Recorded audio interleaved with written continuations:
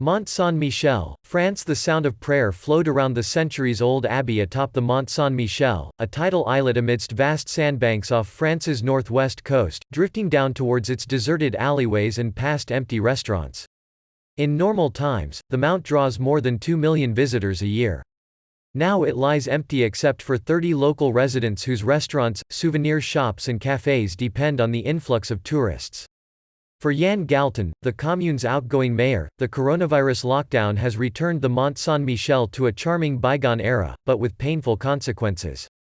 "It takes me back years, reminds me of how it was when I was a kid," Galton said.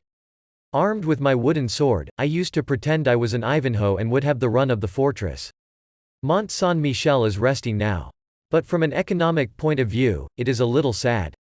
The abbey was founded in 966, built on a sanctuary dedicated to the Archangel Michel, but it was in the 13th century that work began on the Gothic centerpiece of its architecture, with towering walls and soaring pinnacles.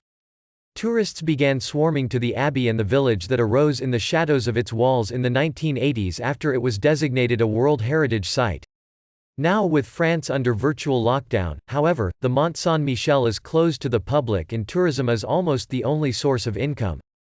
At the foot of the mount, a shovel barred the doorway of the 132-year-old Le Mur Pollard restaurant, through which the likes of Pablo Picasso, Glenn Close and Coco Chanel have passed to dine on its wood-fire-cooked puff omelets.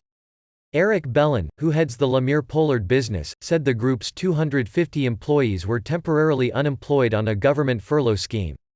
Their jobs ground to a halt over the course of a weekend, Bellin said, referring to the Saturday and Sunday before a March 17 virtual lockdown was imposed. Souvenir shop owner Marc Euro also worries for his 20 staff and his business. He counts April as the month his summer season begins. There will be no easing of the restrictions on public life until at least May 11, and even then it is unclear when France will reopen its borders, permit festivals and allow the tourism sector to reboot. "It's not like I'm going to make up for lost revenues in November," Euro said. For centuries the Mont Saint-Michel has been a sacred destination for pilgrims. While the pandemic has not altered a routine of work and prayer for the abbey's 5 monks and 6 nuns, a profound sense of misfortune pervades, said Brother Philippe. "In all the crises we have known, never have people been prevented people from praying among us," he said.